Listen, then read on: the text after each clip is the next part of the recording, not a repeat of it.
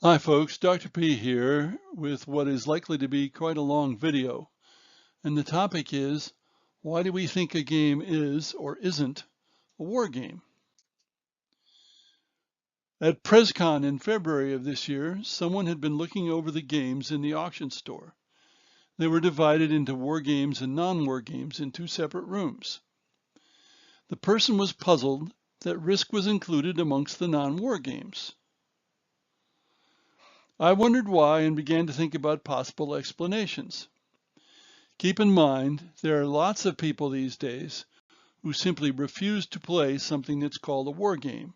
The word is poison to them. So that's the discussion today. Why should we care? Well, game designers should benefit from understanding why people might categorize games as war games or not. And I'm a teacher in the end, and it's hard to teach or rely on emotional judgments and impossible to teach intuition. So I have to use logic and reason, and we're employing both when we try to define something. So definitions are important, even though not everybody is going to agree on any particular definition. This definition is structural. I think there's a different definition, which may be more important, which roughly amounts to the game depicts lethal conflict among governing institutions. So a gang war or a war on drugs or even a tug of war are not going to be war games. Still, one kind of definition is enough for one video, so we'll stick to structural. Now I have a list here, and I'll go through a summary at the end, of 6 questions which help determine whether a game is a war game or not. And many games are going to have several aspects of either, whereas some games are going to be very much non-war game or war game. I don't have history as one of these 6, because fantasy and space war games can clearly be war games. And yet, on the other hand, you can have history games that have conflict that to me are definitely not war games. So we're going to go through these 6 aspects. The first is the game multi-sided? And by multi-sided, I mean 3 or more different sides. And we're not talking about the number of players, because you can have partners in a game. I once ran a playtest game and had 10 people who wanted to play, so they played a 5-player game with partners on each of the nations. You can do partners almost any time, but that's not what matters. It's whether it's independent sides. So the vast majority of what people call tabletop war games are 2-sided, not multi-sided. Though we're seeing more and more one human-sided solo games, because that's what people want, and many wargamers play solo. So as I go through these 6 aspects, I'm going to mention some games and show how they fit here. Risk is for 2 to 6 players. Britannia is for 4 players. Diplomacy is for 7 players. Napoleonic games are often for more than 2 players, or again, sides, I should say. Axis and Allies is 2-sided with a team option for more players, but it's still 2 sides. Small World is multi-sided. So the next aspect is symmetric or asymmetric. War games are usually asymmetric and often markedly so. That is, the sides start with quite different capabilities, assets, and even objectives. And other games, everybody starts out the same way except for the turn order. And in some games, even the turn order can change from turn to turn. Risk is symmetric, for example.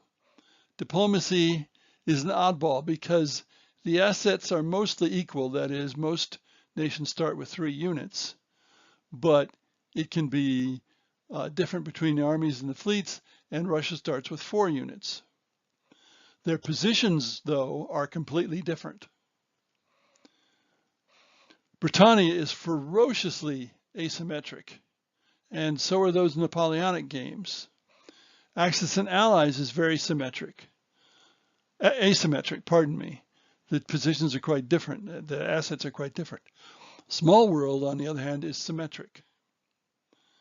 Many games where you start off the board and then go onto the board are symmetric games. Is the game a representation or a simulation, or maybe it's abstract as well? These are modeling terms with no strong borderline. One kind of game represents what happens without trying to be realistic. Simulations go much further toward realism, quote unquote. This can be related to cause and effect. Representations tend to show effects. Simulations may try to show causes, may. The games I've been talking about, except Axis and Allies, are clearly representations, and many would say Axis and Allies is too. But some would say it was a simulation. While many two-player war games endeavor to be simulations, others do not. And I should say two-player games generally.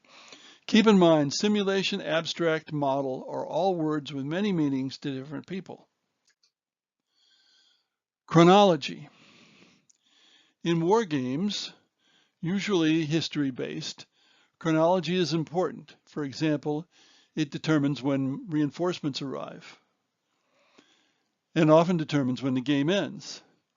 In non-war games, the ending is often indefinite or more or less an arbitrary number of turns not linked to anything. Risk and diplomacy are indefinite games. Britannia is very chronological. Those Napoleonic games may vary. Axis and Allies is indefinite.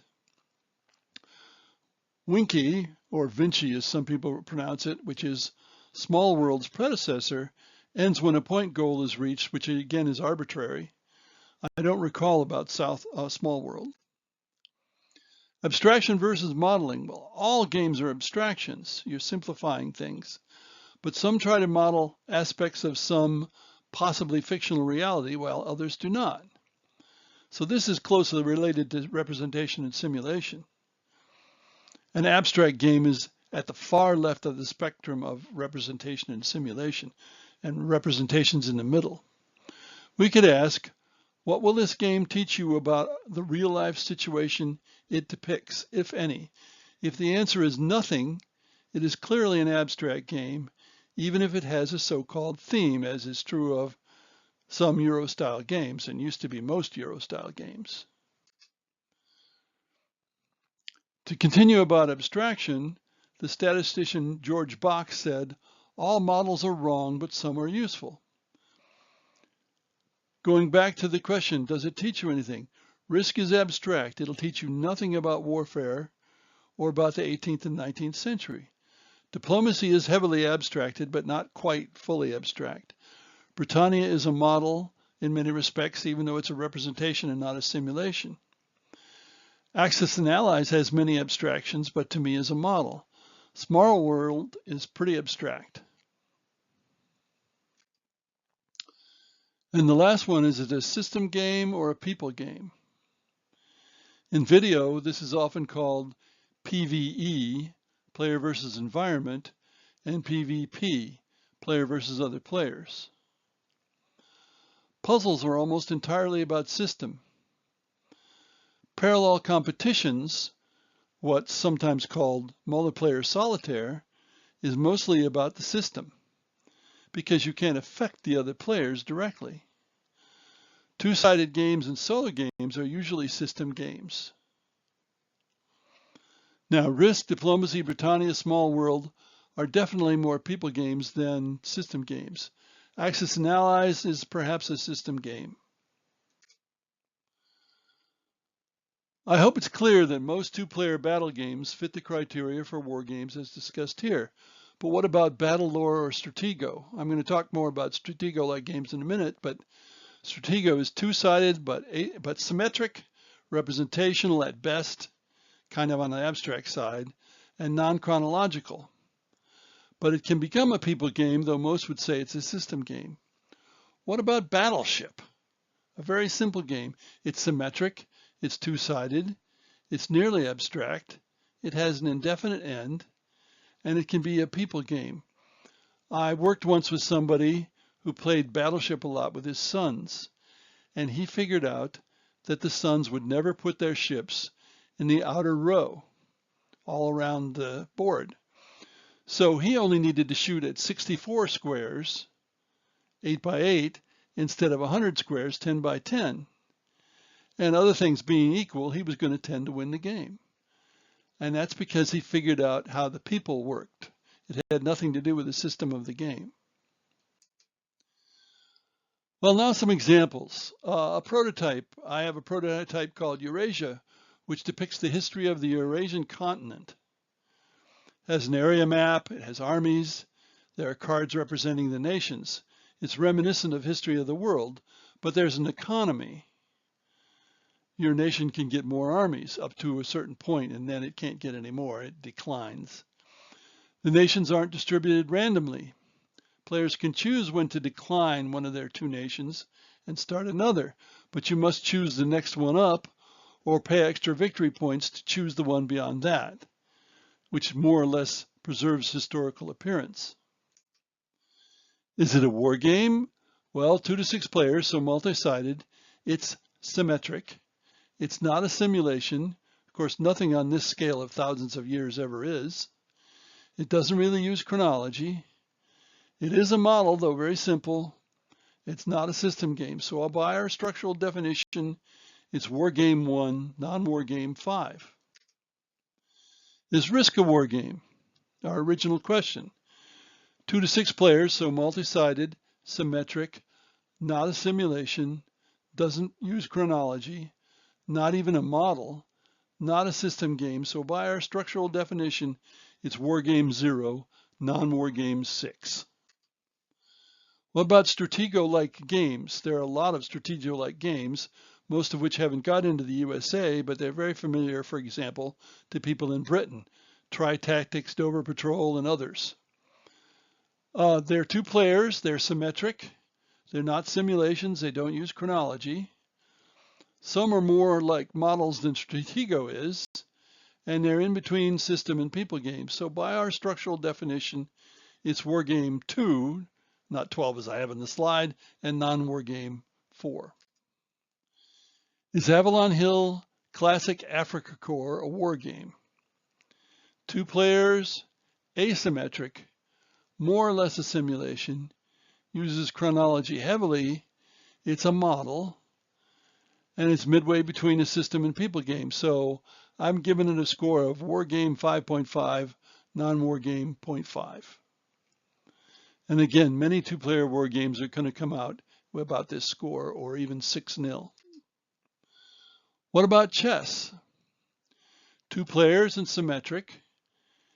It's not even a representation except in an abstract sense. Supposedly, when it was originally invented in India 1,000 years ago, it represented warfare, but it certainly doesn't now. No chronology, not a model. It's heavily a system game, hence the vast literature, because you can assume the opponent is a perfect player and then try to choose the best move to maximize your minimum gain. The opponent almost doesn't matter. Now, that doesn't mean people don't come into it, but in general, it's a system game. And nonetheless, the score is war game 2, non-war game 4. When I did this, I was a little surprised. So to summarize, a war game is not multi-sided. A war game is asymmetric. A war game is a simulation. A war game uses chronology. War game is a model. War game is a system game. And I don't think history determines category. So we have no hard and fast demarcation, but a set of characteristics. Yet this helps us see why Risk was in the non-war game room. Thanks for listening.